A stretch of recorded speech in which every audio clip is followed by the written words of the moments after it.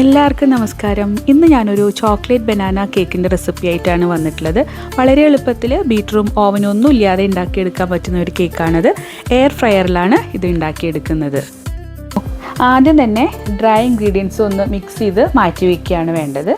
ഞാനിതാ 3/4 കപ്പ് മൈദപ്പൊടി എടുത്തിട്ടുണ്ട്. ഇതിൻ്റെ കൂടെ ഒരു 1/4 കപ്പ് കൊക്കോ പൗഡറും കൂടി ചേർത്ത് കൊടുക്കാം. അതിനുശേഷം അതിലേക്ക് ചേർക്കേണ്ടത് ഒരു 1/4 ടീസ്പൂണ് ബേക്കിംഗ് സോഡ, പിന്നെ 1/2 ടീസ്പൂണ് ബേക്കിംഗ് പൗഡർ, പിന്നെ ഒരു നുള്ള് ഉപ്പ്. ഇത്രയും ചേർത്തതിന് ശേഷം നന്നായിട്ടൊന്ന് മിക്സ് ചെയ്തിട്ട് മാറ്റി വയ്ക്കാം. അപ്പോൾ മിക്സ് ചെയ്യുന്ന സമയത്ത് ഫോർക്കോ അല്ലെങ്കിൽ ഇതുപോലൊരു വിസ്കൊക്കെ യൂസ് ചെയ്തിട്ട് നന്നായിട്ടൊന്ന് മിക്സ് ചെയ്ത് ഇത് നമുക്ക് മാറ്റി വയ്ക്കാം. ഇനി അടുത്തത് വെറ്റ് ഇൻഗ്രീഡിയൻസ് ഒന്ന് മിക്സ് ചെയ്തെടുക്കണം. അപ്പോൾ അതിന് വേണ്ടിയിട്ട് നമ്മൾ ബീറ്ററൊന്നും യൂസ് ചെയ്യണില്ല. അതിന് പകരം നമ്മൾ ഇതുപോലൊരു ചോപ്പറിലാണ് എല്ലാം മിക്സ് ചെയ്തെടുക്കുന്നത്. അപ്പോൾ എനിക്ക് തോന്നുന്നു എല്ലാവരുടെ വീട്ടിലും ഇതുപോലൊരു ചോപ്പർ ഉണ്ടായിരിക്കും. അപ്പോൾ ഇതിലേക്ക് ആദ്യം തന്നെ 2 മുട്ട ആഡ് ചെയ്ത് കൊടുക്കുക.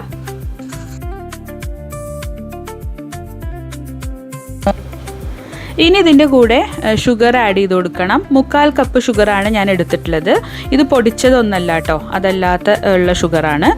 ഷുഗറിൻ്റെ കൂടെ തന്നെ കുറച്ച് വാനില പൗഡർ ഞാൻ ആഡ് ചെയ്ത് കൊടുക്കുന്നുണ്ട്. ഇത് മുട്ട ബേറ്റ് ചെയ്തെടുക്കുന്ന സമയത്ത് ആ ഒരു ബാഡ് സ്മെല്ല് ഇല്ലാതിരിക്കാൻ വേണ്ടിയിട്ടാണ് കേട്ടോ. വാനില എസൻസ് ഉണ്ടെങ്കിൽ അത് ചേർത്ത് കൊടുക്കുന്നതായിരിക്കും നല്ലത്.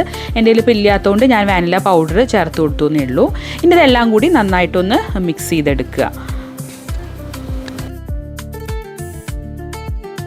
നന്നായി മിക്സ് ചെയ്തെടുത്ത് കഴിഞ്ഞിട്ടുണ്ടെങ്കിൽ പിന്നീട് അതിലേക്ക് പഴം ആഡ് ചെയ്ത് കൊടുക്കണം. അപ്പോൾ നല്ല പഴുത്ത പഴം ആഡ് ചെയ്ത് കൊടുക്കുക.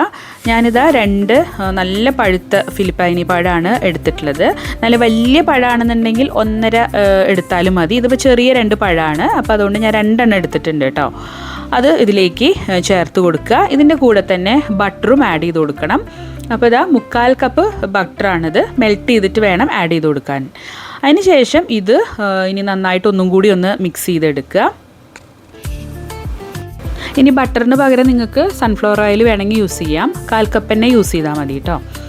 ഇപ്പോൾ ഇതാ നമ്മളുടെ വെറ്റ് ഇൻഗ്രീഡിയൻസ് മിക്സായി വന്നിട്ടുണ്ട്.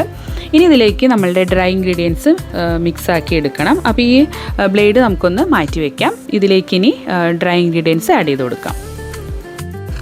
ഡ്രൈ ഇൻഗ്രീഡിയൻസ് ഇതുപോലെ കുറച്ചായി ആഡ് ചെയ്തിട്ട് നമുക്ക് മിക്സ് ചെയ്ത് കൊടുക്കാം. അതുപോലെ ഡ്രൈ ഇൻഗ്രീഡിയൻസ് ചേർക്കുന്ന സമയത്ത് ഒന്ന് അരിച്ച് ചേർക്കുകയാണെന്നുണ്ടെങ്കിൽ നല്ലതാണ്. കാരണം കൊക്കോ പൗഡർ എപ്പോഴും നമ്മൾ വാങ്ങിക്കുന്ന സമയത്ത് അത് ചെറിയ ചെറിയ കട്ടകളായിട്ടായിരിക്കും അതിലുണ്ടാവുക.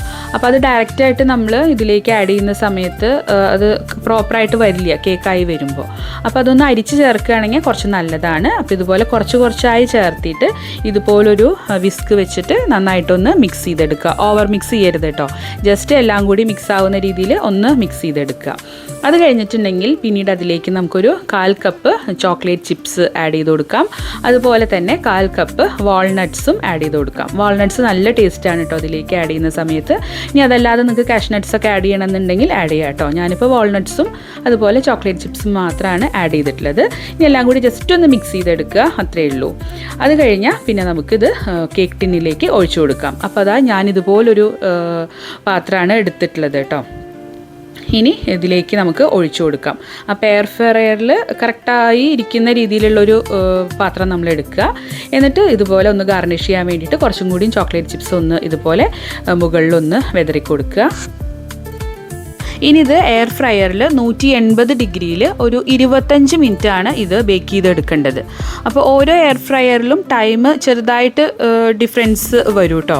അപ്പോൾ നിങ്ങളുടെ എയർ ഫ്രയറിനനുസരിച്ച് ടൈം നിങ്ങളൊന്ന് അഡ്ജസ്റ്റ് ചെയ്ത് വെക്കുക. ഇതിപ്പോൾ ഞാൻ കറക്റ്റ് 25 മിനിറ്റ്സ് എടുത്തിട്ട് ബേക്ക് ചെയ്തെടുത്തിട്ടുള്ളതാണിത്.